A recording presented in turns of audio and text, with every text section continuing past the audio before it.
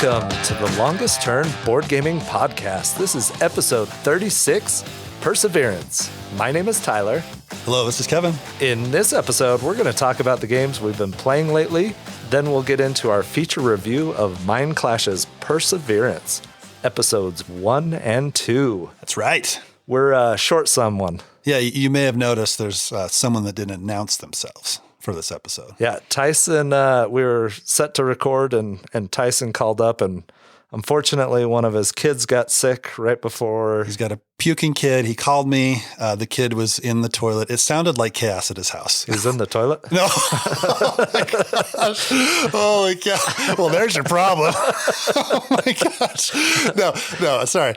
He was in the bathtub and he was getting cleaned up. So it did sound like chaos at his house. Yeah, so, which is, life happens and it's understandable. So, but yeah, it gives us a unique opportunity to do something for the first time ever on the longest turn. Right. We only two hosts recording. So this could be horrible. Right? Could be a disaster. It could be. Or it could be great. You don't know. And if we get like 15 minutes into it and it's just not clicking, then let's just call it and go play some Halo. That's right. Yeah. Which would, I would rather record. I'd rather it be great, but I would also like to play Halo. Likewise.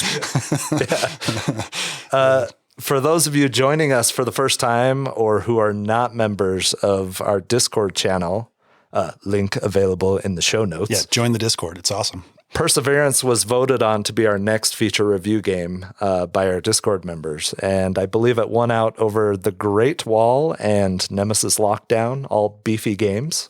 Yeah, I think Nemesis Lockdown. We thought that one was going to win. And there was a late surge by Perseverance, pulled in the lead. Yeah, and I was a little distraught over that because Right. I had just started playing Nemesis Lockdown. Right. You knew the rules. We had played it. Yeah. And Perseverance is not a light game. No, as you will find out. It's beefy. It's two beefy games. Yeah. It's two beefy games to learn. I'm glad we played it though. Yeah, I mean, absolutely. Spoiler alert. It's fun. Yeah. We'll get to more of that later. But, And we love Mind Clash games and their production. So we're gonna deep dive into that game in a little bit. That's right. I know we normally talk about things we're excited about at the end of the episode. Yeah. I just wanted to mention something that I noticed today that I'm really excited about. Okay. All right. And then we can get to the other stuff at the end of the episode. Dune Imperium moved up to the number 10 spot on BGG all time ranking. All those Dune homers out there. That's right. Upvoting. Yep. I'm gonna bomb it and put a one or two. I'm sure that'll affect. If things, you right? do that, I'm going to lower my Arnak score from 7 to you can't go negative. A 1. You have it as 7? Yeah, I do. Okay. Maybe the next expansion will take it up to a 7.3 or something. 7.3. Oh my gosh. Well, that's cool. Well, congratulations, Dune Imperium. Hey, it is a good game. I'm excited for it to get into the single digits where it rightfully belongs. I don't know about that, but it is a good game. But there's been a number of other things that are either gone on Kickstarter or coming soon to GameFound or crowdfunding in general that I'm excited about, and I think you got a few too. So absolutely, we'll get to those after the feature review. Should we talk about the games we've been playing lately? Yeah, let's do it. So I'll start off.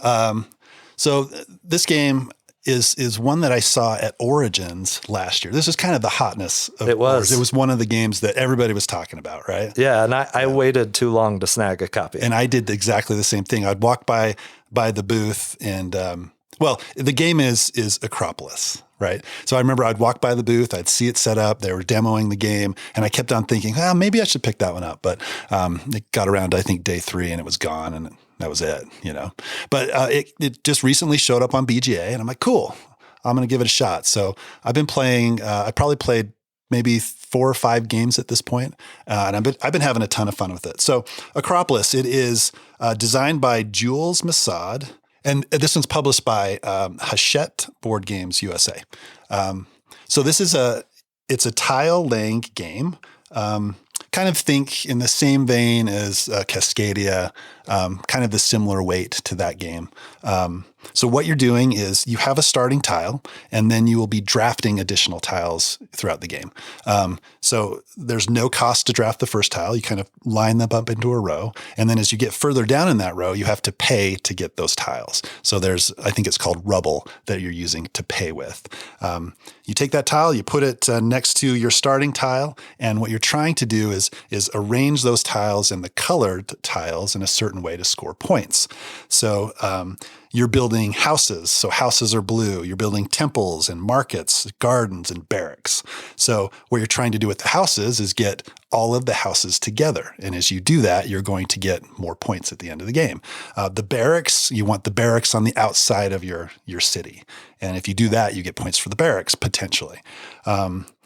Gardens, doesn't matter where the gardens are at. You can put those anywhere, and they're going to get you points. And there's other things that you're building. The trick is, in order to score, you have to have, what are they called? They're tiles that have they're the like same multiplier tiles. Yeah. I don't know what they're called. They're the same color, and they have stars on them, right? And depending on how many stars are on that tile is how big of a multiplier you're going to get for that feature. So if you have houses, you get a blue tile that has a star on it. You're going to multiply all of your houses by 1. Another little trick of the game is you can stack tiles on top of other tiles, and it will increase the multiplier. So if you have a house on the second level, instead of being 1 point per house, it's going to be 2 points per house. If you manage to get one on the third level, it'll be 3 points, and so on, right? So not only are you trying to expand your city, you're trying to get it taller by stacking. And it's kind of tricky there too, because you place a tile on the bottom level, you're going to cover up potentially a scoring opportunity by putting a tile on top of it, right? But that's also how you get the rubble. Yep, and that's exactly how you get the rubble. So if you build over a gray tile, hex, you're going to get a piece of rubble, which will give you more opportunities to get better tiles that other people may not be able to get, right? It's a light game. It's not super complex. It's got some definite strategy to it, which I enjoy. I've been having a good time with it. Yeah, I think when you originally mentioned it to me, right as you started playing it, you mentioned number 9. Yeah, exactly. Where it's got the stacking and the values get more valuable the higher up in the stack. So similar there. Yeah. You mentioned Cascadia. That's also what I kind of think of, even though in Akropolis, you're building your own city. Right. Whereas in Cascadia, it's a shared one. Yep. I really enjoyed this. I've played 3 or 4 games. I've started playing with you and other people from our Discord, and then I've also just started playing with randos on BGA. Yeah.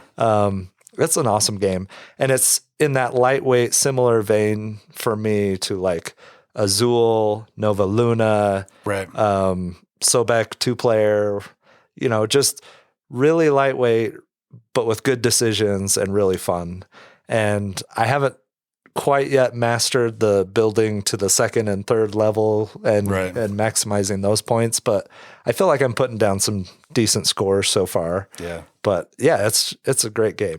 Yeah, if there's any criticism of the game, when those star tiles come up, it's like you get them, right? You do. If you can pay for it, you have to buy them because that's how you score. Right. And you can be setting up your game really well, and none of those star tiles come up. I think they're called plazas. And yes. And you just don't score that stuff, right? Yeah. So it's a little bit luck based. And that could, rub some people the wrong way. Right. Yeah. The nice thing about that though is like the first tile that comes up, it's free. The next one costs 1 rubble. The next one costs 2, and then so on, and so on. So there's tiles that are, I think, 1 more than the number of players is what it is. Right. Yeah. And so then there are potentially opportunities or turns where a good tile like that will come up when it's not your turn, but the other players can't afford to buy it, right? Because it's furthest to the right. It's kind of buried down in the row, right? Yeah. So. Yeah, you want to build up your rubble collection. So you got to have good rubble management. Yes, right. I ordered this recently just off a miniature market. Nice. I got a discount on it. I haven't gotten it yet, but I think this is a game that my family will love too. So. Yeah, no, I think so. I think my family would really like this one. So that is Akropolis. Something I've been playing lately. Both Tyler and I, we've been playing. It's a good one. Yeah. So the game that I've played a couple times recently with my family is from Thunderworks Games, and that is Goblin Vaults. It is designed by Keith Matejka and Eric Schlautman, and it takes place in the same world of role player and cartographers and lockup. I'm just going to read the description on BGG because I think it does a really good job of describing it. Let's do it. Sorry if that's lame. Goblin Vaults is a strategy card game for 1 to 5 players featuring bidding, card placement, and scoring patterns. In the game, you wager cards to win loot from the central cell block, then stash that loot wisely in your vault, earning gears based on the position of cards within that vault. You can also gain gears or scoring points from scoring objectives that change each game. You'll need wits and luck to play your cards as you fill your vault and influence the warden in your favor. After 9 rounds, whoever has the most gears wins. You need wits and luck, huh? That's right. Okay. So basically, I've played this at 3-player a couple times with my family. It's got the similar production quality that's really nice that you come to expect with Thunderworks Games. Yeah, Thunderworks Games is great. Yeah. And so basically, you're bidding on cards, and in a 3-player game, there's 3 cards available that you can bid on. If you win the card that you bid on, the card that you bid with from your hand stays there. So a little bit as similar to Raw, where when you win the tile. With the sun tile, then you replace the sun tile. Yeah. So if you win the card, you place your card there. If more than one person bids on the same card, somebody's going to lose the bid. Instead of not getting anything, they get to place the card that they lost with directly into their vaults. Okay. So there's time. And you're trying to get cards into your vault. And no matter what, you're going to get a card every round, and there's only 9 rounds. You're going to get a card every round into your vault, whether it's the one that you bid for and won, or bid and lost. With and lost. Oh yeah, okay. Which is really cool. So there's times where you want to underbid, so you get that card in your vault. You get that card directly in your vault. So nice. And it's got similar, group scoring objectives that are different each game, kind of like cartographers, and I think role player has that too. Yeah. I love games like that where you can switch it up just by switching out the cards that are the objectives. That's cool. Yeah. So it takes like 25 minutes to play a 3-player game. It plays up to 5. I would like to play it at 5-player. We've had fun with it, but I haven't missing something. Not missing something.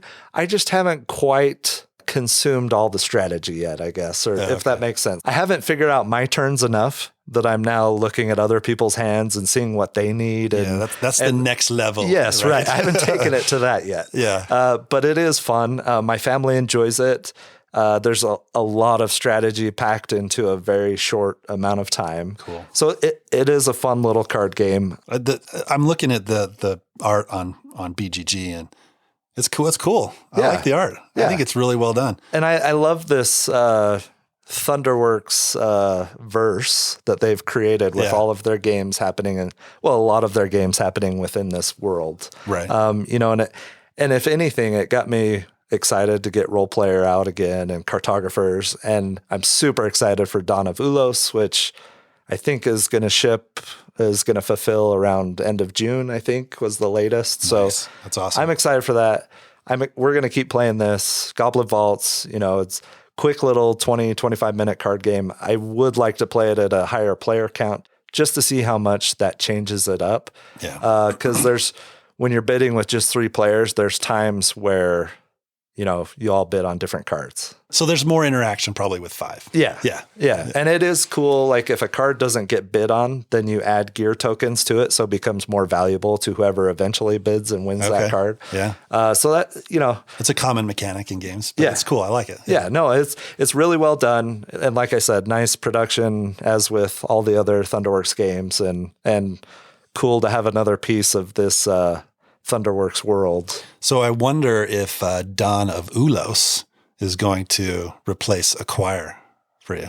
I don't think it will, especially with the new... There's so much nostalgia with Acquire. Yes, I mean, absolutely. there's no way it's going to replace it. Yeah. But I wonder if it'll be a better game. It might be. Could be. It could be. And I'm very excited to get it Nice. and to explore that. But yeah, Acquire's getting that new printing this year. Oh, yeah. I'm excited for that. I was thinking about our top 30 of all time. We did a few episodes at the end of last year, and I was like, Right. man, Acquire should have been higher up on my list. Where did it end up? It was like 11th or 10th or something, I think. It's still pretty high. It is, but But you think it should be I think it should have been in my single digits. But yeah, anyway, I'm excited about this game. My family likes it, like I said, and I'm excited for Dawn of Luz. Nice. That sounds fun. I'm excited to play it. How are we doing? Should we go play Halo? I think we're in a pretty good flow here. I don't know. Yeah.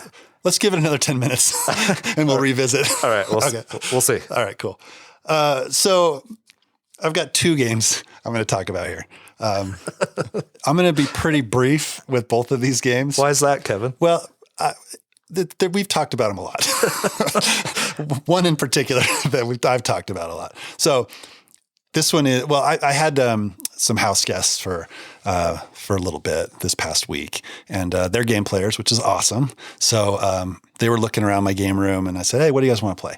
And they looked down at my big stack of Dominion boxes, and they're like, I think let's play Dominion. I want to play a Dominion expansion that I haven't played before. Okay. And I'm like, okay, which one is that? And he hadn't played quite a few of them, but we ended up playing Prosperity.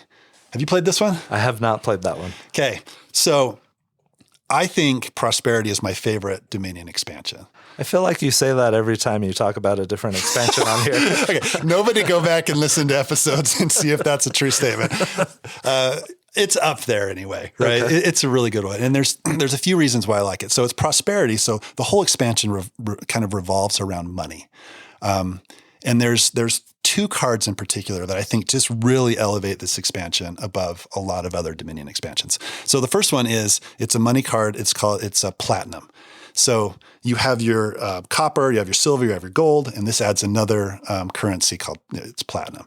So it costs 9 to purchase, which is pretty pricey, right? But the purchasing power of this card is 5, which is huge. Gold is 3. So, I mean, you can do a lot with this platinum. Why I really like this is it creates some really interesting decisions when you're purchasing.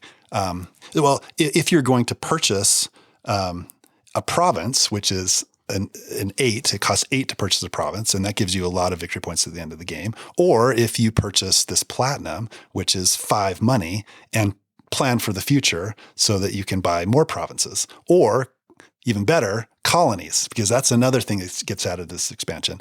So provinces in most games are the highest victory point card you can buy, but in Prosperity, it introduces colonies, which costs 11 to purchase and is worth 10 victory points. So that whole decision, do I buy a platinum? Am I building for the future? Am I trying to get colonies? Am I using other money cards that are in this expansion to try and, get to these colonies? It's just awesome. It really elevates the game. And if you're a Dominion fan, if you're a deck builder fan, you've got to at least try this one out. And I would recommend just buying it if you haven't played it. If you're a Dominion fan, you've got to play this one. So it's a lot of fun. I still have 2 expansions I've never played. And then I have the base game, which I've played less than maybe 10 times. Okay. I'm up close to 300. So when you sit down, so having played that many times, when you sit down to play, do you expect to win every game of Dominion? No, I don't. I mean, I win my fair share, right? But I don't win all of them. I usually do pretty good. Yeah. I'm up there, but I just love the fact I love looking at all the kingdom cards and formulating a strategy, and then just trying to execute that strategy. And then just crushing people. Well, I do. I love to crush them and feed on their tears. It's fun. So I mean, check it out if that sounds interesting at all. I think if you're a Dominion fan, you'll love it. I think we're to the point where we need to start doing mini side episodes of just Dominion. Yeah. Okay. So we'll do like D1, Dominion 1. we could get hundreds of these, right? Yeah. Yeah. I mean, if they keep, I don't know, have they announced a new one for this year? No, that's probably coming next week. I have no idea, but yeah. Like we've talked about this before. They were supposed to, the designer said he was done like 3 expansions ago, right? Yeah. Yeah. Donald S. Vaccarino. Donald X Vaccarino. X Vaccarino. Yeah. Oh, so close. Yeah. So who knows how many expansions, but yeah, let's get this started. So comment on the Discord if you want a Dominion specific podcast. This is how we could get our Patreon off the ground. That could be bonus content. Right. Kevin droning on and on about droning. Oh my gosh. Expansions. That'd probably be the most exciting episodes ever, right? Yeah. Just total solo episodes. Do it. Okay. All right. Let's do it. All right. Only if we get enough people interested on the Discord. Yeah, and you can have all the Patreon proceeds from that. I might get $1.50. And we can frame it. First dollar ever made. Right. All right. I think that's a good plan. All right. So that's the first game. We're a little long-winded about that one, but the first game I want to talk about is Dominion. The second one, we did a feature review of this one way back when. I don't remember what episode number it was, but this one's Aeon's End. So our house guests had not played this one before. And I'm like, oh, this is a great opportunity. I love Aeon's End. I haven't played it for a while. So we got the base game out and played the Crooked Mask, Nemesis. And then we played Prince of Gluttons, that Nemesis. We got destroyed both times. Actually, the Crooked Mask, we had got him down to like 7. And so we were really close. And then Gravehold fell. No. And then Prince of Gluttons just, oh my gosh, he ate all the cards so fast. We died so quick. One thing about this game is I think it is more difficult at a higher player count. I could see that. Yeah, because in a 2-player game, you're taking 2 turns per round. Yep. So you can plan for that. You can plan for that. You can prep a spell and then cast a spell in the same round. And then in a 3-player game, you have that wild card, which somebody is going to take 2 turns.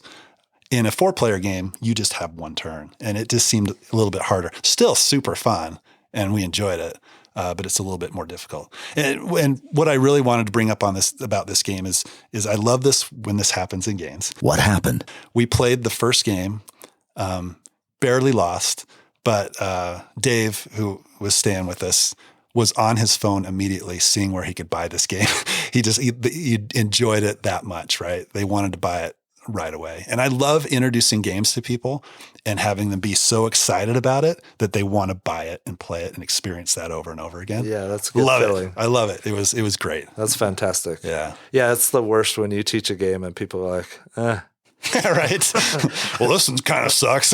Yeah. Did you introduce them to the podcast as well? I mentioned that we had a podcast. Okay. Yeah. They're like, oh yeah, that's cool. Not quite there yet. No, they seemed, I don't know if they're going to listen or not. But they thought that was pretty cool, that I had a podcast. So they looked around my game room and all the games I had there and like, yeah, that makes sense.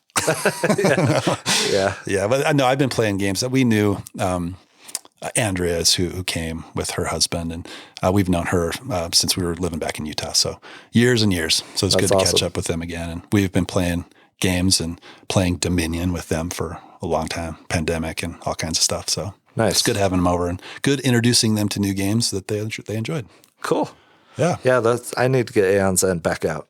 It's been a while. Yeah. But I have Outcasts that I need to get played. I don't have as much content as you do, but yeah, I backed the recent Kickstarter with Astro Knights, and I got so much content. So I've got the legacy. I got both legacy versions, Outcasts, New Age, a bunch of mini expansions and upgrade packs, and there's a lot to explore there. So I'm looking forward to that. Cool. Well, one of the games that we recently got in that fulfilled was Final Girl. And my wife absolutely loves this game. It is her favorite game. She borrowed Tyson's Season 1 and played through Season 1 last year. And then the Kickstarter came up and we went all in on both seasons. I bought an extra starter deck, or the base deck that you need to play. I've only played one game so far, but I played a Season 1 game alongside her while she played a Season 2 game.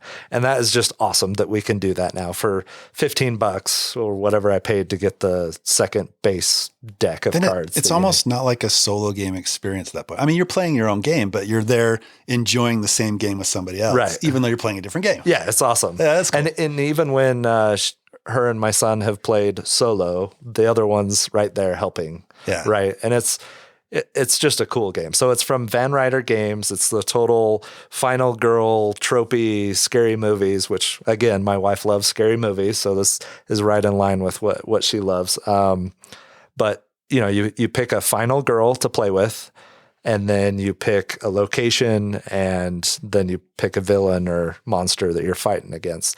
So this was my first time ever playing. And I don't remember the girl's name, but I was playing Camp Happy Trails, and I was playing against Hans the Butcher, who's just a beast. That's awesome. And I'm going around trying to escort meeples off the board and save the survivors. And as I do that, I get more powerful and I get abilities unlocked. I'm also searching for items to try and find a weapon to beat Hans with. It was really fun. And Hans is just going around killing people and getting closer to me. Yeah. I mean, and it is so thematic and so perfect. And I had a blast with it. I ended up winning. I didn't actually ever take any damage from Hans, but I'm pretty sure I was about to get obliterated on the next turn. I had the crossbow or a bow or something and shot Hans and finished him off. But I love solo games. Nothing comes to my mind of something else that does this well, but I know there are other games out there that are like this. But as you progress and get stronger, the villain is also progressing and getting stronger and more difficult to kill and more powerful and more dangerous, right? So I love that aspect of it. Like he doesn't just stay at the same level per se during the course of the game. He's getting more and more powerful the longer the game goes on and becoming more and more difficult to defeat. So I love that as you progress as a character, your opponent is also progressing. So that was really cool to me. That was one of the things that stood out to me. And then the other thing is just how thematic and hilarious it all is. Yeah, that sounds awesome. I mean, I've wanted to play this one for a while, so I'll play it eventually. It sounds really cool. Yeah. As you're kind of explaining it, Cthulhu Death May Die kind of came to mind, right? Because your character, as they're becoming more and more insane, is getting more and more powerful. Yep. And then there's, whoever the elder one is going to come onto the board eventually if you disrupt the ritual. That's super powerful. You got cultists, you got all these monsters, and it seems like that's escalating as you're getting more powerful. Yep. So that's a game that I thought of as you're explaining it. Yeah, and that's so obvious. Why didn't I think of that? I don't know. I knew there were other examples of that, but I'm glad you brought that up. The production, how it's all packaged together is just brilliant. I mean, they're like videotapes. Oh, awesome. And it just all fits together so well. Like I said, we went all in. My wife went all in. I'm not taking credit for this expenditure. That's not a game you bought. Yeah, that's right. I'll benefit from it. Oh, sure. Yeah, of course. And I am looking forward to playing side by side again. That was just so much fun.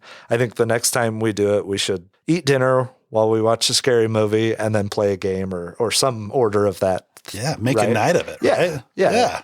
In a creepy cabin in the woods somewhere. I don't know. I don't have one of those, so that's a problem. But with a serial killer named, what is it, Hans? Hans the Butcher. Hans the Butcher somewhere. Yeah, that'd be awesome. Maybe we can get Tyson to dress up as Hans the Butcher, right? And he could. He can make it even more thematic. Yeah, I like that. That'd be great. I don't know that he would go for that. No, probably not. He's not here. He can't defend himself. So, yeah. So I did have a question. So I love Arkham Horror, the LCG. I think it's awesome. Very thematic. It's got the horror theme.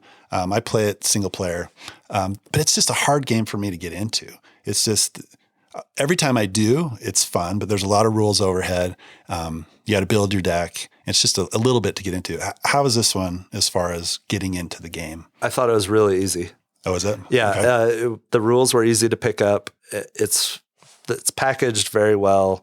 You open stuff up and you lay out the player mat, and it's got a spot for everything. Nice. And those were probably upgrades from the Kickstarter, but it's really easy to get to the table and to just start playing. Season 2, I will say, I think was a little more complicated. It's got a little more going on with it. like I finished and Shelly was still playing her game and still getting into the meat of it, really. Okay. Because hers took a little bit longer to set it up, but she was also had to sleeve the cards and You got to sleeve the cards. give the proper protection, especially like the core cards that you have. You shuffling a lot or? Yeah, you're using them every game you play, and then you have to also then, I don't know. Yeah, you should sleeve everything. cringe for the non-sleevers out there. Yes, exactly. So yeah, it's fantastic. I'm excited to get back to it, and hopefully, I don't know. I haven't heard any official news or anything from Van Ryder Games, but if they do another season, I'm sure Season 3. I'm sure we'll be backing it. I feel like I've seen like some games out there, like on Kickstarter. I can't remember what the name of it was, but it was more of a co-op, and it looked like it was like kind of copying a little bit. Oh, that happens when there's a successful game. There's going to be people that copy. Yeah, yeah. And hopefully those games are good too. Yeah, I don't know. Oh yeah. But yeah, I'm excited to play this more, and like I said, it's my wife's favorite game. So, and I was like, awesome. Really? What about Cthulhu Death May Die? Because she loves that too. Mm-hmm. She's like, no, it's Final Girl. Wow. Yeah. High praise. Yeah. I love it. So we should do a check-in again. What about Halo? Does this suck? Are we doing okay? How are we doing? Should we stop and play Dominion? Worse. Oh, Dominion. I got it right up. We could play with Cornucopia. Oh, okay. Yeah. And then you could talk about Cornucopia in the next episode. No, that'll be episode 1 of the Dominion-specific podcast. Okay. That wraps up the games that we've been playing lately. Tyson was going to talk about Batoku, which him and I played with our friends Ben and Greg last weekend, and that was awesome. We've talked about that one. Oh, it's been a while, but we played that before, and I think we brought it up on the podcast. We right? did. Yeah. And that one's from DeVere Games. The board looks very busy, but once you get playing it, you can barely see anything. But yeah. But once you get going, it all makes sense, and it all has a nice flow to it. For me, DeVere Games is knocking it out of the park lately. Yeah. And I'm really excited about the Jerusalem game where you're trying to get as close to Jesus at the Last Supper as possible. That's the goal of the game. Really? Which I think is such an interesting theme that is just not done at all. Mix things up a little. No, and it's not surprising that hasn't been done because, that's a very unique theme. Yeah. And so I'm interested in that one. I don't know if I'll get it, but I would love to play that one. Huh. But Red Cathedral. That was great. I really enjoyed my play of that one. Yeah, and I got the expansion for that. I haven't played that yet, so we need to play that. Nice. I'm excited for White Castle, which is in the similar vein of Red Cathedral, coming out later this year. So DeVere Games for me is knocking out of the park lately. Batoku's awesome. Yeah, it's great. So yeah, that's the games we've been playing lately. I'm not sure how this is going to go. Okay. Our transition guy's not here. Yeah. Tyson is the father of our transitions. He's the father of our transitions. He is. I mean, he's good at it. Everybody has, their skills. Yeah, some of them are quite a bit of a stretch. Right. Some are better than others. But they're definitely better than mine, which I just don't normally put the effort into it. Yeah, and mine are terrible. Yeah. So, but what do you got? We're going to give the people what they want. Yeah. They asked for perseverance. They want transitions. Oh, no. Oh, no. Oh, they want perseverance. They want perseverance. Oh, yeah. So we're going to talk about perseverance. This is our feature review. If this is your first time listening to us, in some episodes, we do a feature review where we talk about, we'll do a rule summary real quick, which Kevin always provides, and they're amazing. We will then talk about the production and things we liked and disliked, and give our kind of final ranking. Well, and our ranking system is 1 to 5. Yep. So if you hear a 5 and we're raving about the game, it's not a scale of 1 to 10. Yes. It's a 1 to 5 scale. We forgot to mention that on one episode. Right. And so I thought these guys really liked the game. They only gave it a 5. Yeah. Right. We're going to give the people what they want. People on Discord asked for perseverance. So here we go. So they get perseverance. We're going to kick it off with Kevin's rules overview. Perseverance Castaway Chronicles is designed by Victor Peter, Richard Amon, David Turtsey, Thomas Van Ginsta, and Wolf Planke, and is published by Mind Clash Games. Perseverance is a big game. I won't even attempt to go over all of the rules in the game, but I will give a brief summary that will hopefully give you an idea of how the game plays and what kind of experience you can expect playing. Perseverance was designed as an epic saga of successive games with evolving game mechanics called episodes. The Castaway Chronicles game box contains episodes 1 and 2 standalone games that share certain mechanics and components but provide a different gaming experience.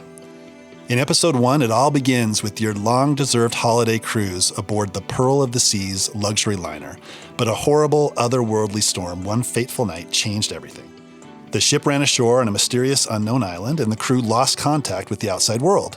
With no hope for rescue, it soon became clear that the island would be your new home for the foreseeable future, and that its inhabitants, fierce dinosaur-like creatures, do not exactly welcome your arrival.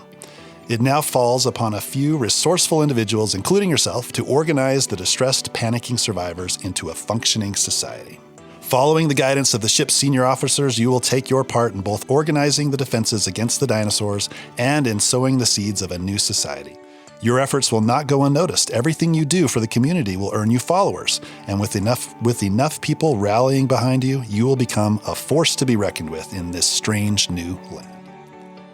The main board of Episode 1, representing the early foothold settlements of Perseverance, consists of 4 adjacent zones: sustenance, military, expansion, and protection. Each zone is split horizontally into 2 areas: community and defense. The defense areas represent the borderlands between the city and the uncharted wilderness. Soldiers, walls, traps, and dinos are placed here, and this is where the dino attacks will eventually take place. The community areas are the foundation of the future city of Perseverance. Settlements and dice are placed here to resolve actions and their effects. In Perseverance, you'll be taking actions mainly by drafting dice from a pool and placing them on spaces to resolve various effects. The dice represent the most skilled survivors, with the different faces showing the tasks that they are best suited for. Adventurers face the dangers of the island. Facilitators manage resources and the workforce. Organizers coordinate soldiers, and innovators build defenses. Perseverance Episode 1 has 2 interwoven aspects of gameplay. In the community areas, you will be organizing the daily life of the community, gathering resources, building settlements and fortifications, organizing patrols, and partaking in early political power struggles. In the defense areas, you will be mounting defenses to prepare for the increasingly powerful waves of attacking dinos, the menace of the island. Each aspect has its own scoring mechanisms. The periodic assembly rewards players for their presence in the community areas, while the dino attacks can earn rewards for those who excel in a heroic defense against the attacking dinosaurs. Among other rewards, both scoring mechanisms can give you followers, which are required to establish yourself as a strong leader on the island and win the game. Episode 2 continues the story from Episode 1. Months have passed since the ill-fated Pearl of the Seas ocean liner ran aground on the island you now call home.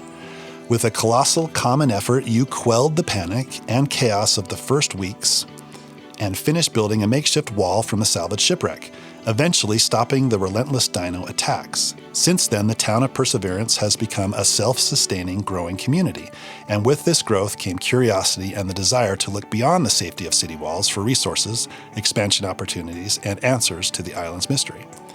The main board of Episode 2 consists of 5 zones, one more than Episode 1. These zones are sustenance, military, expansion, construction, and discovery. The sustenance, military, expansion, and construction zones have spaces where settlements and dice are placed, while the discovery zone shows the plains and canyons in the city's vicinity. As the dinos are pushed back, pioneering camps and outposts will be erected here, providing additional die placement locations. Similar to Episode 1, Episode 2 has 2 interwoven aspects of gameplay: the city zone and the discovery zone. The biggest change in Episode 2 is the Discovery Zone. In this new Discovery Zone, you will be using your adventuring parties to clear the land, drive off the dinos, and mount a defense against occasional dino attacks. Also similar to Episode 1, assemblies will be scored and dino attacks will be resolved, scoring followers and other rewards that will help players win the game. Tying it all together are the new perks that each player can acquire. There are 6 perks, each for the 5 officers guiding the development of Perseverance. With each officer offering their specialized knowledge, this allows you to uniquely customize your abilities and your strategies, whether you want to be a builder of homes or a hunter of the wild. In both episodes 1 and 2, the game will end after the third assembly. Players will add up followers gained during the game and followers gained during endgame scoring. The player with the most followers is the winner. That's a brief rundown of the game. Let's get back to the table to see what we thought of Perseverance: Castaway Chronicles. Well, thanks, Kevin, for that amazing rules explanation. Almost like you planned it. I like it. Let's keep it. Okay, all right, let's do it. Well, let's talk about Castaway Chronicles. So before we get into anything, this game is beefy. And it's not just one game. It's 2 beefy games. It is, yeah. And I'm going to talk a little bit about that later, but they're fairly different. Right? They are. Between episodes 1 and episodes 2. Yeah, there's some interesting things there. But okay, let's kick it off by talking about the production of this game. Okay. And we're going to just talk about both episodes at the same time because there are shared components. Yep. There's some that are unique to each episode, but a lot of them are shared. Yeah. So what do you think of the production? So I think it's great. It's a typical Mind Class production, which is really good. I think the models of the dinosaurs are awesome. There's 3 different types of dinosaurs, right? There's the raptors, there's the tramplers, and then the shield heads. Yep. And there's different models between each dinosaur type, which is great. And even with like the light soldiers and the heavy soldiers, there's 2 different types of each of those as well for each color. Well, I would preface this with I went all in. I've got the Kickstarter deluxe version or whatever. So so that may not be in the retail version, but the one that we played definitely has those different models and everything. Yeah, and they're awesome. Yeah. I in particular love episode 2 and seeing in the Discovery Zone all of the dinosaurs just out grazing in the wild, right? Yeah. Just looking at the board set up to start the game. It's like, oh, that looks really cool. Yeah. You know, I love that. Yes. I love that. And typical to Mind Clash, the packaging of this game is just perfect. It's a huge box. Yeah, similar to Anachrony, right? Right. Yeah. It's about the same size, if not the same size. Yep. But just how the trays are done when you go to take out the game and set it up or to put it away, especially when you put it away, it is obvious where stuff goes, and it makes for a really easy cleanup despite how much is out on the table. There's a lot and just packaging it away, it's just so perfectly done, as with other Mind Clash games. You mentioned, though, that because of the different dinosaur models, is it a little confusing of where they go? I noticed this with the raptors. The tail goes a different direction with some of them, and I had to adjust a few of them and swap them. But now that I know that it's like that, I'm looking not a big for deal. that. Yeah. And that's probably the biggest pain of putting the game away is putting away the dinosaurs. There's like a shared tray that goes towards both episodes. Nice. Then there's an episode 1 tray and an episode 2 tray, and it's perfectly done. And that's awesome. I expect nothing less from Mind Clash. Because that's how they do it. What else about the production? So I love in episode 2, the perks board. You know, it's kind of dual layered. Yeah. And it's massive. That leads into something that I dislike about that episode 2, right? I think it's really well done. Yeah. It has a lot of information. I think it's great. I don't know what kind of table you're gonna play this game on, right? It fit on your table. If we played with 4, it wouldn't have fit. It wouldn't have fit. There would have been one player board would have overlapped with the main board by like half an inch. Right. So that's a consideration. And I have a giant table. You do. Yeah. That was in my vault. Right. So you could have put the top on. It would have fit better. Barely. Yeah. Yeah. So that's a consideration. If you have limited play space, it's going to be tough to get this one to fit on your table. Really well done, but it is massive. Yeah, especially the season 2 or episode 2 is massive. Yeah. I don't know if this was an upgrade that just didn't, or a stretch goal that just didn't get reached. You have upgraded coins that are really cool for each track that you use. For the votes and the valor and really nice coins. Yeah. And yet there's this cardboard tile or token for when your camp is overrun in episode 2. Why not upgrade that? Yeah. And I guess you're putting a plastic piece on top of it. So it's not that big of a deal. It's very minor. Yeah, this is the biggest nitpick ever. Yeah. But like, I would love to have seen a little metal token just like the rest of them. It's like there's something in Ankh that we got like the deluxeified version of Ankh. Yeah. And there was a component in there that was not upgraded. And Like everything else was. And I can't remember what that component was, but I remember looking at it going, huh? Yeah.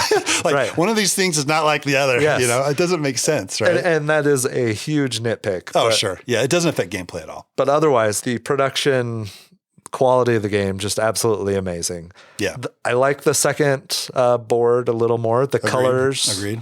are a little, the palette is a little better. But again, that's another nitpick. It's very pastel-y. If you like teal, you're going to love episode 1. Yeah. Because there's a lot of that teal color. Yeah. Pastel-y. Pastel-y. Yeah. We'll just go pastel. made that word up, I think. Yeah. So, fantastic production. Yep. All right. Let's talk about the gameplay of episode 1. We'll talk about what we like and dislike about that episode. And then we'll move on to episode 2. All right. Let's do it.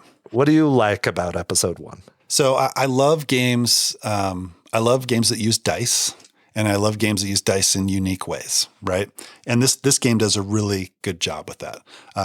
Using the dice basically as worker placement for the different areas of the board, which I think is really cool. And I love how, you're rolling the dice to start out the round, and that adds a little bit of randomness to the game. Yep. There could only be maybe one book that gets rolled, but it's randomness that affects everybody. Yeah. So yeah, it's just not targeting one person.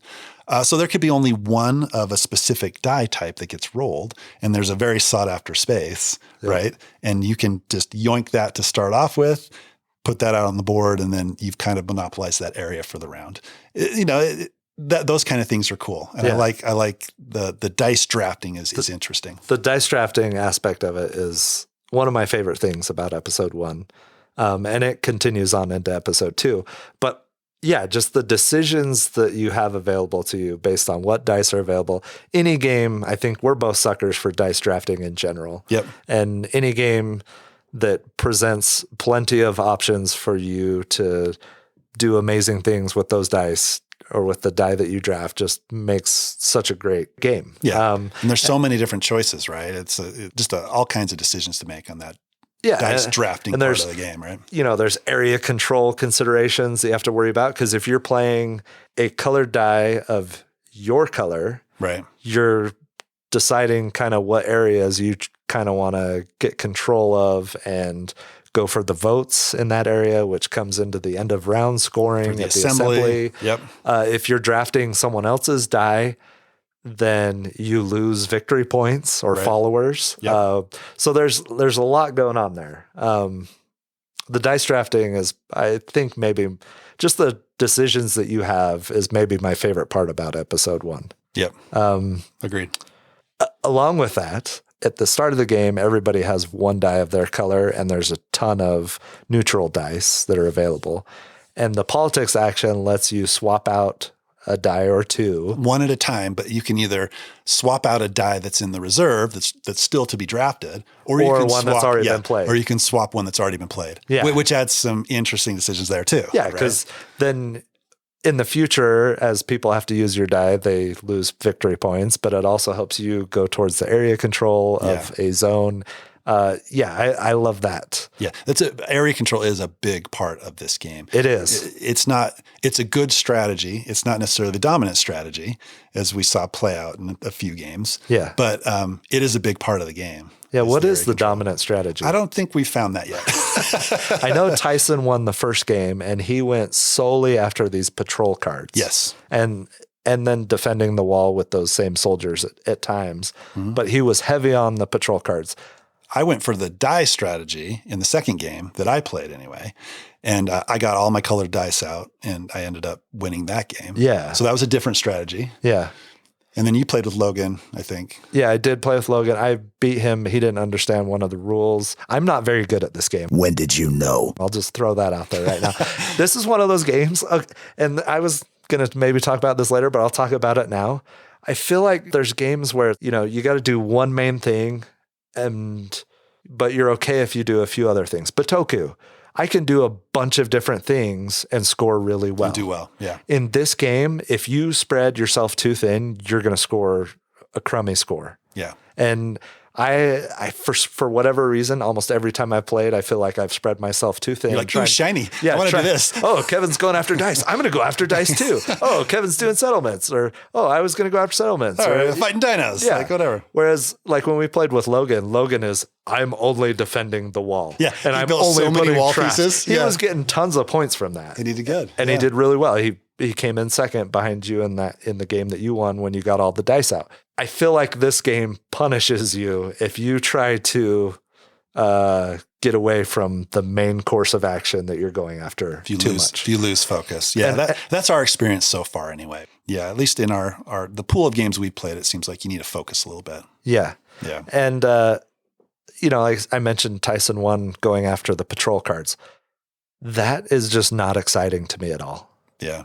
You flip up or you draw a patrol card, you assign a couple soldiers or multiple soldiers to it, and then at a certain point you may or may not roll a die to see if any of your soldiers die. You get rewards, then you complete it, or they might move on to the next step of that card. Which ties them up for another turn. And then you get more rewards from it, and again, some of your soldiers may die. That is so not exciting for me that I just haven't gone after that at all. And and for episode 1, that may very well be a very powerful, a very good strategy. Yeah. Yes, because Tyson won that game, Right. and he did it pretty handily, if I remember. Yeah, he did. He kind of ran away with that one. One other thing that I like from episode 1, I like building those settlements. I thought that was interesting, right? Because you build a settlement and then you place it in one of those columns, one of the areas, and then you get a bonus immediately for building that settlement. But the cool thing, I think, is as you get higher, close to where the dinosaurs are potentially going to breach and attack, those bonuses you get are better. They are better. But there's a chance that if there's a breach, then the dinosaurs are going to destroy your settlement. So that decision of, okay, do I build a little bit lower down, get a less, effective bonus, or do I build higher up, get something really cool, but the dinosaurs could destroy it? That decision was interesting, and I like that. I agree. It also creates another interesting decision because there are points near the end of the game where it's like, I could trigger a dinosaur attack. I'll lose votes for doing that. Or you lose followers. Or victory points. Yeah, followers for doing that. But by doing that, those dinosaurs might wipe out 3 of Kevin's settlements, and now I have area control of that area, and I'll get the votes. So it's a net win for me. Like, that's what you're thinking, right? It's yeah. Like, okay, I'm going to lose a little bit, but Kevin's going to lose more. Yeah. Right. And I think it comes up more in a higher player count of this game. Yeah. I think this game shines at a higher player count. I don't think it plays as well at 2-player and at 3-player. And there's, of course, a solo play. I was going to get that out and start playing it.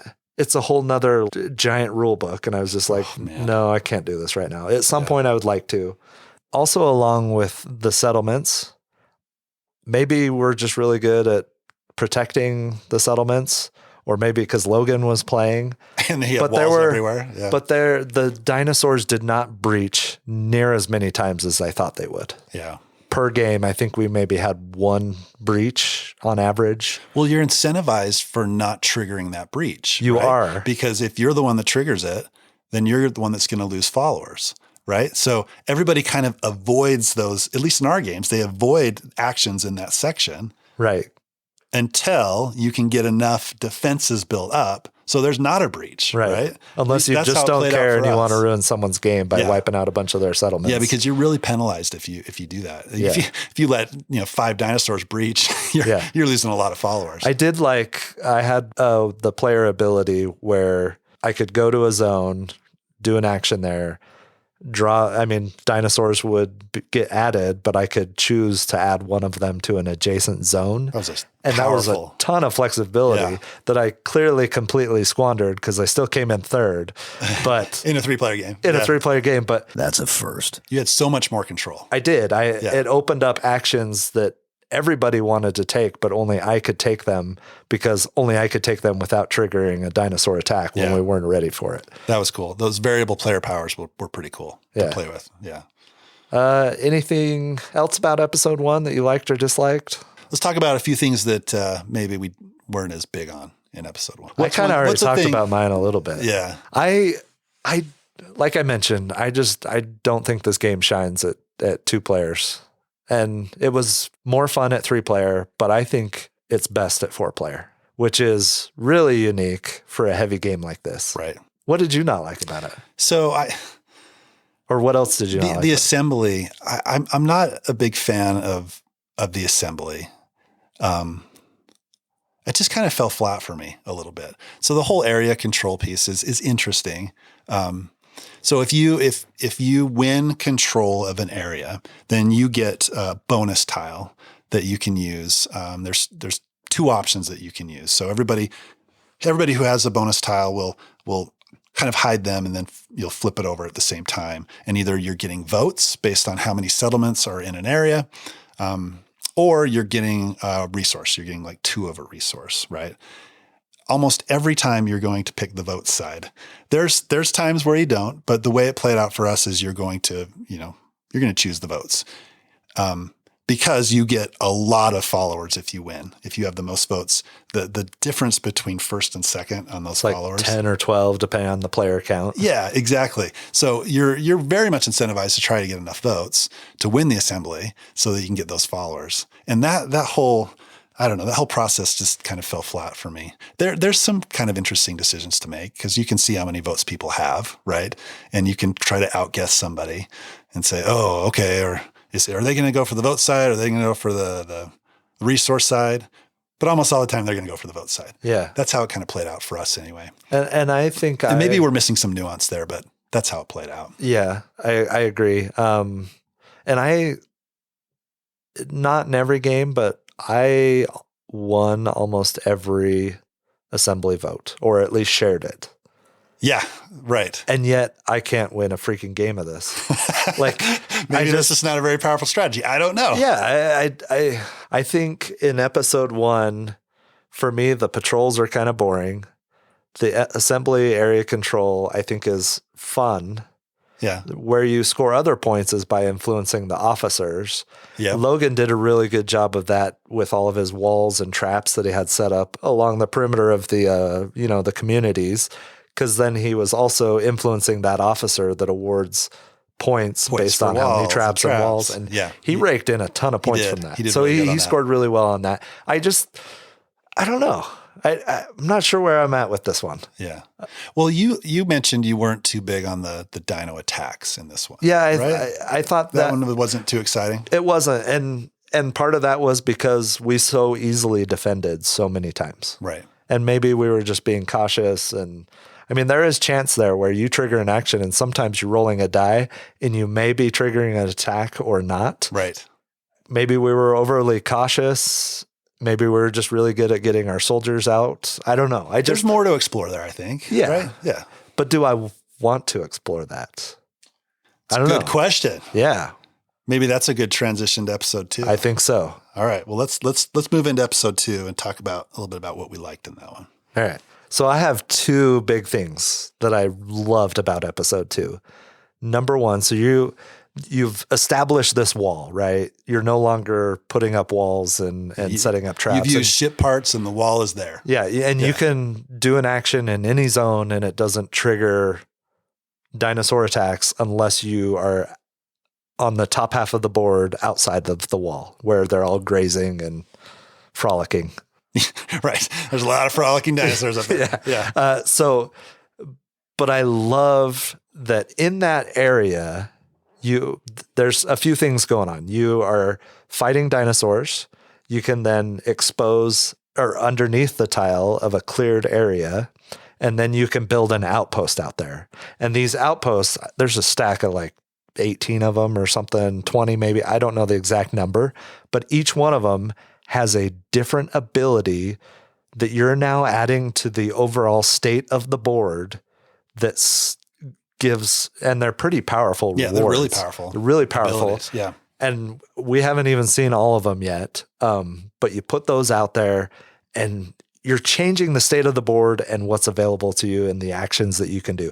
And I absolutely love that. That was by far my favorite part of episode 2, that was my favorite part about either episode, was just manipulating and changing what's available to you and cashing in on those. And it's going to be different every game you play. Yes. Right? Which is cool. It's going to play out a little bit different. Every game's going to feel different because those actions are going to change. Yeah. Which is cool. I loved that part of the game. Yeah. I think for me, that's my favorite part of the game as well. The other thing that I really liked, and this may be your number 2, I don't know. Probably is the perks. Oh, absolutely. Yeah. So I love games where you can build your own thing, right? And you can focus on what you want to focus on. And that's what these perks are, right? Yeah. So you can, you can focus on whatever you want, right? So you can attack, you can be better at attacking. You can, I forget what all the perks are, but you can just kind of customize the game to be played how you want it to be played. Yeah. Which is really cool. Yeah, that's awesome. Yeah, I love that. So and it'll be different every game. Yeah. Those 2 things alone will make the game so different each time you play. Yeah, it adds a lot of variability to the game. So it is interesting. I'm sure we'll talk about this a little bit, but it is interesting to me how much of a different game episode 2 feels like, and yet it builds on concepts and things that you learn from episode 1. Obviously there's still dinosaurs. Right. There's still dice drafting. There's still the end of the round assembly scoring. You're still doing basically the same round, your turn structure. Like you take an action, you do a secondary action, you either fulfill a patrol or adventure card. So it builds off of episode 1, but it still feels like a very different game. Yeah. This was kind of a neutral thing for me. It wasn't like a like or a dislike, because so I struggled with my play. I've only played episode 2 once. I wanted to get it played more, but it's a beefy game, right? So that first play, I was going into it, I think, and I thought about this, why I didn't enjoy that play as much. Uh-huh. I think I went into it thinking there was going to be more of a gradual progression from episode 1 to episode 2. There are shared things that both do, but we still had like a 45-minute rules explanation. Oh, yeah. Just for episode 2. It added so many different things. And it was a lot more than I was expecting. I thought there'd be it'd be more of a gradual progression. Yeah. Right. So that's something to be aware of. It's Where are you at as far as liking it? Do you like it that it was extremely different, or do you think it wasn't different enough? I mean, obviously the rules was a long teach, but did you want more variation or did you want less? I think it's fine the way it is. Okay. But I agree. I think for me, like you had read the rules, Logan had read the rules. I came into it not knowing what the differences were. And it was just more than I was expecting. Yeah. Right? And I think it set me back a little bit in that game. I didn't because know it was too much. It was almost, for me, and it may have been just the night, it was just almost too much. Yeah. It was a long rules teach for how much is similar. But I didn't know the rules for episode 2 as well as I knew episode 1 when I taught 1. Yeah. And so I think that kind of affected the teach as well. I don't know. It could have, but overall, it adds some awesome things. It does. And it's a better experience in my mind than episode 1 was. I think I like it a little bit better for what it adds. I absolutely like episode 2 more. Yeah. I don't know that I would ever just go back and play episode 1, honestly. I don't think there's a reason to, right? So the one unless you're playing the campaign. Yeah, you can play it campaign, which I was looking at. Yeah. And you actually play episode 1 twice. Then you play episode 2 twice. Oh, and, nice. And there's different achievements, and I'm sure there's other stuff. I didn't get all the way through the rules. And then eventually when episode 3 and 4 come out, you'll add those to the campaign. Wow. Yeah. I would like to play through the campaign. Right. But I'm not going to do that until episode 3 and 4 are available. And for now, if we get this game out, I want to play episode 2. The only caveat to that is you're not going to jump into episode 2 with new players, I don't think. No, you've got to learn the basics first, because the complexity on Board Game Geek is like a 4.24 or something like that. Yeah. It's up there, and it deserves that complexity. It is. And it's probably factoring in both episodes 1 and 2 and having to learn both. Yeah. But there's a lot to this game. I would say really episode 1 is like a 3.8 and episode 2 is the 4. Yeah. 2.4 or is more like 4.5, and they lowered it down because of and averaged it out. Well, when we first played episode 1, we're like, wow, this game is, man, it's beefy. There's a lot to it. But then the second time you play it, you're like, oh, yeah, this isn't bad at all. Yeah. And that's probably by the third time I was like, oh, okay, I got this down. It all makes sense. I think it's similar to Anachrony like that. Yep. The first play is like, whoa, there are some interesting things that I've never thought about before going on in this game. And it's a little bit to wrap your head around it. And then after subsequent plays, it's like, okay, this is complex, but I got this now. Yeah, no, absolutely. There's one other thing. Well, there's the thing that I kind of disliked comparing it episode 1 to episode 2. Uh-huh. So when you're placing settlements, I mentioned that I really liked that in episode 1. I don't really like that in episode 2, right? Because there's only 2 options, right? Yep. You can either place an influence cube or you can get a perk. It's awesome that you get a perk. Perks are awesome. Perks are awesome, but that decision is just not as interesting, right? Yeah, it's just one of 2. And those settlements are not at risk. They're completely protected. Yep. So there's no benefit to going higher up or lower down. It doesn't really matter. You're just still trying to contribute to that area control for the votes. And that's the only reason you're doing it. You're obviously getting the perk and you're getting influence, but it's more interesting in episode 1 to place those than it is in episode 2. So that's a little bit of a step back for episode 2, but all of the things that are better about episode 2 far outweigh that. Yeah. Right. So I have something that I do not like about this game, episode 2. Oh, okay. Strongly do not like this. Okay. 2-player game, episode 2 can... it just completely ruined the experience for me. Oh, really? And I'll say why. Okay. Playing with Logan, he was going top half of the board, right? Going out, building outposts, building camps and building towards the temple, He absolutely destroyed me. I did a little bit of that, but then I was still also going towards the area control to try and get enough votes in the lower half. Right. Which, I don't know. I just think it's such a disparity in a 2-player game of who's going to score more points doing what. Right. He still ended up winning the votes. Oh, really? Because you get a ton of votes from up top when there's, outposts and everything out there. Right. Yeah. If you're going with settlements, you're also you're competing against the non-player dissenter character, who gets settlements added each, both to start out and in the second round. So you're losing votes that way too, because you're not only playing against the other player, you're also playing against the dissenter, and there's none of that up top.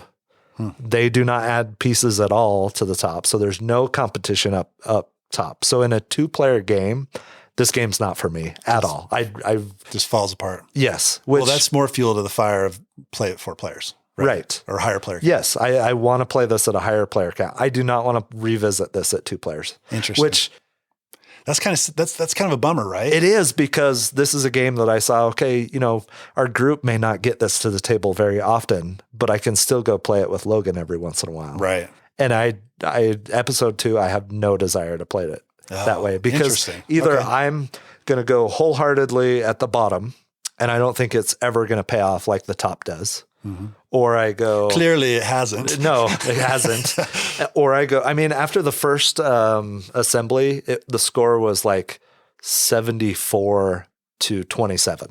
Oh, wow. And that's a little deflating. Yes. Yeah. So we can both focus on the top, but then it feels like I'm playing half the game. And this goes back to, you've got to focus on one thing and maybe do a little bit of other stuff. But generally, my experience with both episodes has been, when you are doing something really well and you're focused on that completely, you're going to score well. Yeah. If you spread out, if you deviate even slightly too much from the main thing you're going after, it's just not going to happen. And in a 2-player episode 2 game, if you focus on the bottom, I just don't see how it's going to pay off against the person that is getting constant points from the attacks. From the attacks. They're collecting dinosaurs to score at the end. Yep. They're killing dinosaurs, getting followers. They're discovering, just everything. And then every time they do an action on their outposts or at their camps, use their camps as a rally point to explore or fight other dinosaurs in the area, they're scoring just compounding points. Right. And so you're really just going 2-player game.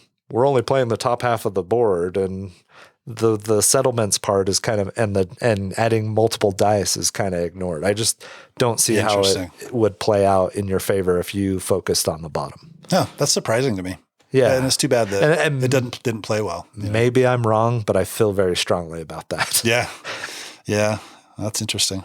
Yeah. I've yet to play it at 2 players. And it sounds like I'm not going to. I don't own the game, so. Yeah. I would like to play more of episode 2. Yeah. No, I would as well. And I'm kind of with you. I don't know if I'd go back to episode 1, but I would like to play episode 2 more and explore that one. So should we do some of our final thoughts? Do you want to go first? Yeah, let's do episode. Do you want to alternate, or how do you want to do this? Let's do episode 1. Okay. And then you do episode 1. Okay. And then we'll do episode 2. All right, sounds good. So episode 1, there's a lot. Should we just stop and play some Halo at this point? Yeah. We're on the home stretch. We're on the home stretch. It has gone downhill though, I think, right? A little bit. Are we? All right. So there's a lot to like about episode 1. I love the dice worker placement and the drafting, like we talked about. How the dice are specialized. I think that's awesome. We talked about the building of the settlements, and I think it's great that the components are great. As I've mentioned, I think it's not quite as good as episode 2. I think my rating, this one I'm going to give a 3. Good game. If somebody really wanted to play it, I would happily play it, and I would have a good time. Yeah. Right. And I think, 3's a pretty good score. It definitely means it's a good game. So that's where I'm landing. I'm going to give it a 3. Okay. Yeah. So for me, if I got the same experience out of this game, regardless of the player count for episode 1, even, if I got that same experience, regardless of the player count, this would be a 4 for me, because I felt like the 2-player and 3-player even experience was much less exciting, on the edge of my seat, than the 4-player, even though it was like a 5-hour game that we played. It wasn't really that long. It was long, but it was our first play. But yeah, the 4-player experience was so much more fun for me. Because it doesn't play the same there, I'm going to go with a 3 as well for episode 1. Yeah. Okay. I didn't get that between the 3 and the 4-player. I haven't played it at 2. I thought it was just as fun at 3. Well, you won that 3-player game. That's probably why. Yeah, that taints it a little bit, I'm sure. Yeah, but I didn't get the feeling between 3 and 4. But I get what you're saying. Okay, so episode 2. Clearly, this is the better episode. Yes, right? absolutely, yeah, absolutely. So. Because of the reasons we've explained, the perks are awesome. The discovery board is awesome. The fact that you get new places to place your dice is amazing. I think that's great, and I love it. I still don't like some of the things that I disliked about episode 1 and episode 2. The assembly is still there, right? Yeah. And I wasn't a big fan of the assembly. Yeah. That drops it a little bit for me. This one's a 4 for me. Not quite to the level of a 5. It's a 4. I want to play it again. I mentioned I had a little bit of a rough play the first time, but I see the potential in the game, right? Yeah. I see the good things that it's doing.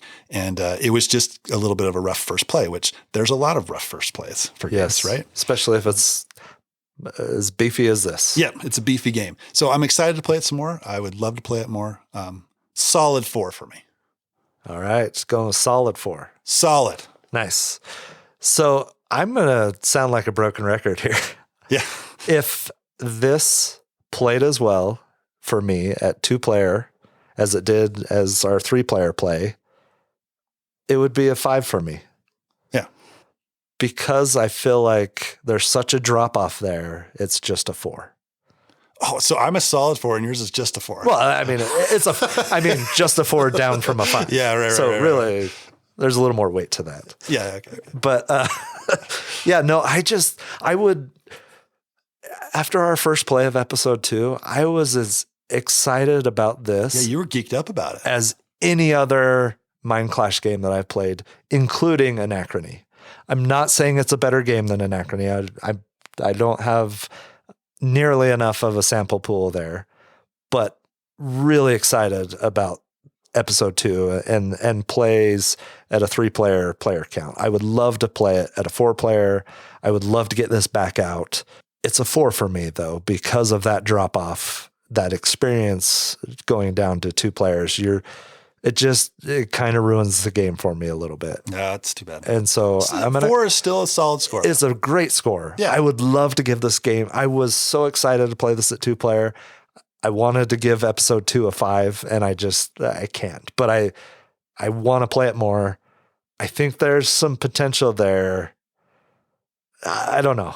I'm not going to say things that will make you or Tyson you're angry. saying the potential is better than Anachrony. No, I'm not saying that. You've already said it. No. Oh, yeah. Well, that's fine. I mean, like what you like. It's fine. I think there's potential there. And it makes me very excited for when episode 3 and 4 come out. And you're getting that for sure, right? I think I am. Yeah. Yeah. I think the progression from episode to episode is a bold choice. Right. And I think they did a good job from episode 1 to 2. It's interesting, like episodes 3 and 4, people aren't just going to go out and buy episodes 3 and 4, right? Right. So there's a gamble there. You got to have episodes 1 and 2. Yeah. So it'll be interesting to see how it's received. How well it's received. Yeah. Yeah. I don't know. I'm excited to play it more, but I'm very glad we played it. Yes. Now I know. I mean, you have it. I was interested to see if when I played it, if I wanted to back and get episodes 1 and 2 when 3 and 4 is on Kickstarter. Right? Yeah. And where are you at with and that? I'm not going to get it. Yeah. Yeah. Partially because you have it already. It's in the group. And I just, it's not up there in the 5 range for me, where I would probably want to drop however many hundreds of dollars it would take to get 1, 2, 3, and 4 at the same time. Yeah. So, yeah, that's just that's where I'm at with it. Yeah. That's Perseverance. Great game. If it sounds like something you're interested in, go check it out. All right. So do you want to talk about some of the things we're excited about, and then we'll wrap up this episode? Yeah, let's do it. All right. You want to go first? I do. So I ran into this game, I don't know, it's probably been about a month ago. And and the game's called Fika. So Fika is, it's coffee break in Swedish, right? So this is a Swedish game. And if you've listened to the episodes, you know that I'm a sucker for anything Swedish. I spent a few years in Sweden, picked up Railways of Sweden. Anything Swedish related, I will take a chance on. So this is another game that fits that category. I reached out to the publisher, and it was only published in Europe, and said, "Hey, I'd love to get a copy of this game. If you can send me one, that would be awesome." Did you reach out to him in Swedish? I did not. Maybe that would have helped more because they said no. Well, but they did say that it's being picked up by, I think, 25th Century Games, and will be available in the U.S. And I was browsing Miniature Market, the upcoming games, and I saw that it was available for pre-order. So I immediately pre-ordered it, and it will be coming, I don't know, in the next few months or whenever it shows up. So I'm super excited about it. The art is done by Beth Sobel. It looks like it's got great art. The designer is, on BGG it says Quibus Game Design. So looks like a group of people have designed it. Is it a card game? Or? It is a card game. Yep. And I really don't know much about it. I mean, I'm looking at the BGG page, and it's got, a bunch of cards.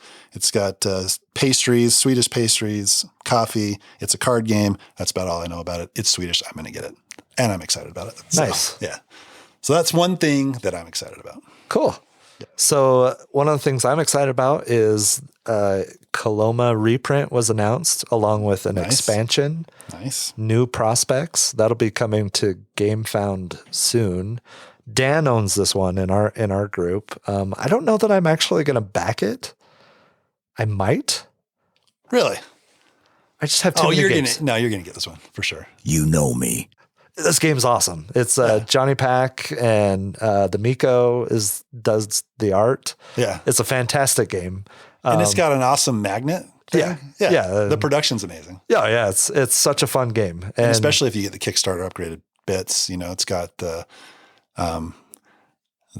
poker chips and it's got some. You got to group defend against the outlaws, but the more you contribute, the more rewards you get. Yep, that's cool. There's push your luck stuff going on. Yep. So I'm excited about this, and I'm definitely going to mention it to Dan so that he can get it. He'll get it for sure. Yeah, he will. Yeah. It does say, so the new prospects, I'll just read this little blurb. Everyone's favorite pioneer, Buster, takes center stage in this expansion. Buster now makes his home on the central action wheel, putting additional pressure on certain locations to bust each round. This is accompanied by brand new river tiles and an enhanced busting system, which allows players to explore them for additional rewards. Ooh, cool. So a little more nice risk and reward going on, it sounds like.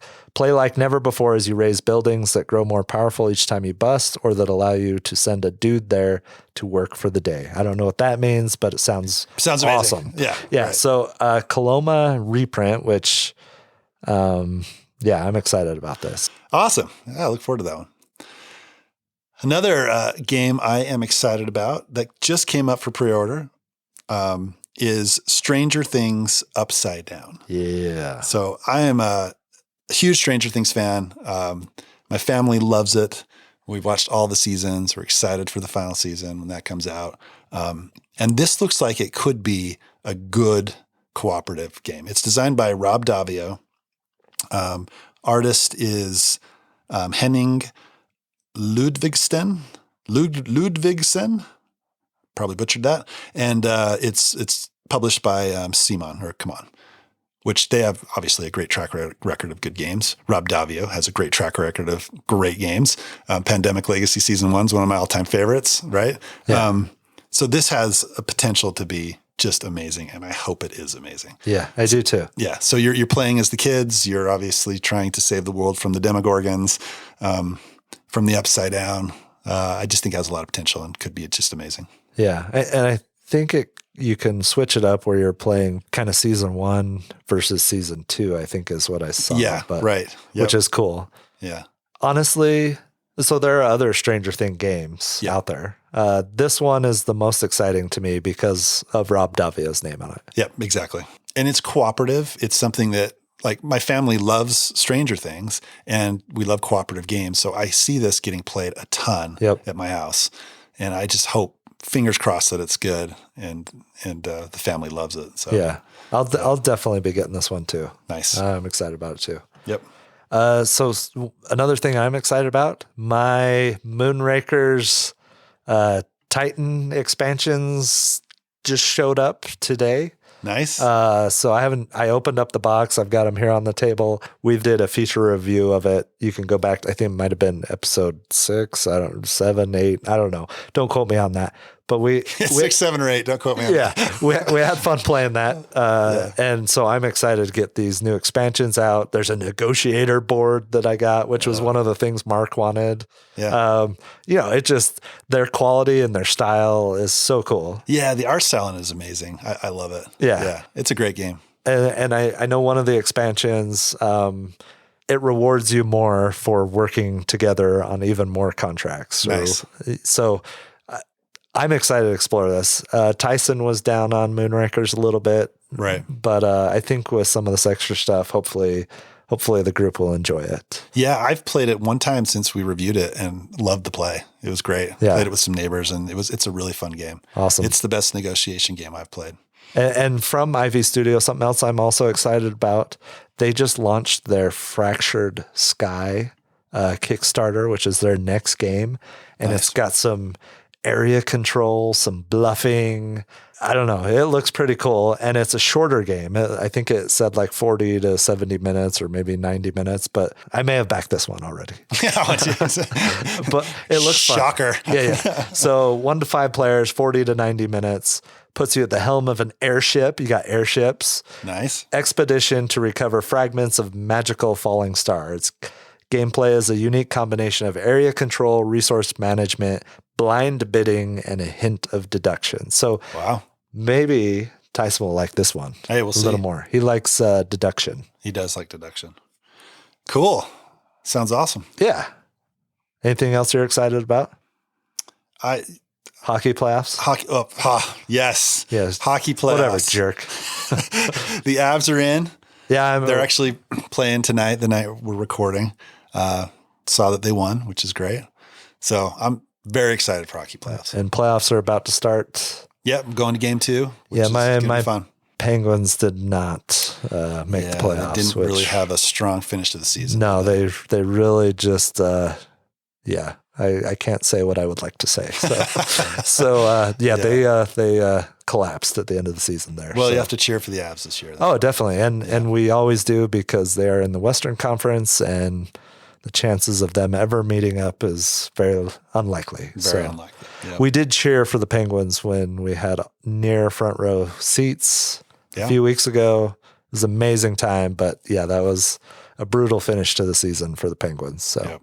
Well, if you've made it this far, congratulations. Hopefully. I think we did pretty good. I think so. Yeah. We would definitely need Tyson. Yeah. Well, I had fun. Right. I thought it was good. Yeah. I think it was good. I think we knocked it out of the park. I do too. Yeah. I didn't want to say that. You were trying to be humble. I was. That's my general approach on life. Right. Unless I just completely destroy you at Dominion, then I would gloat to Dominion or Race for the Galaxy. Or Race for the that will never happen.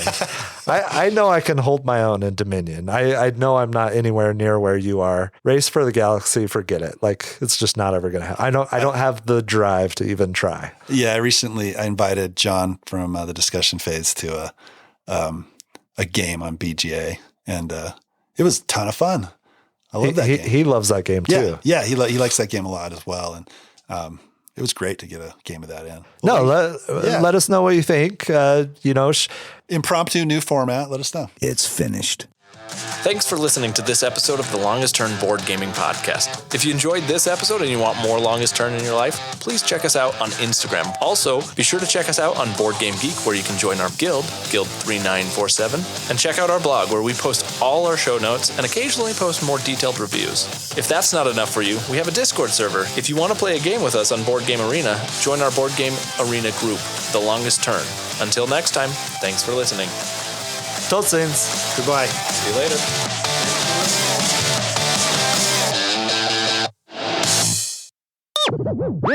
You go for the oh my gosh. What's the 8 cost? The holy crap, how did I forget this? Estates, duchies, and provinces. Idiot. I bought an blah. I don't know if this just wasn't I don't know if the blah. No, I'm not going to keep this part in. Yeah. Thanks for listening. Yeah. Wake me when you need me.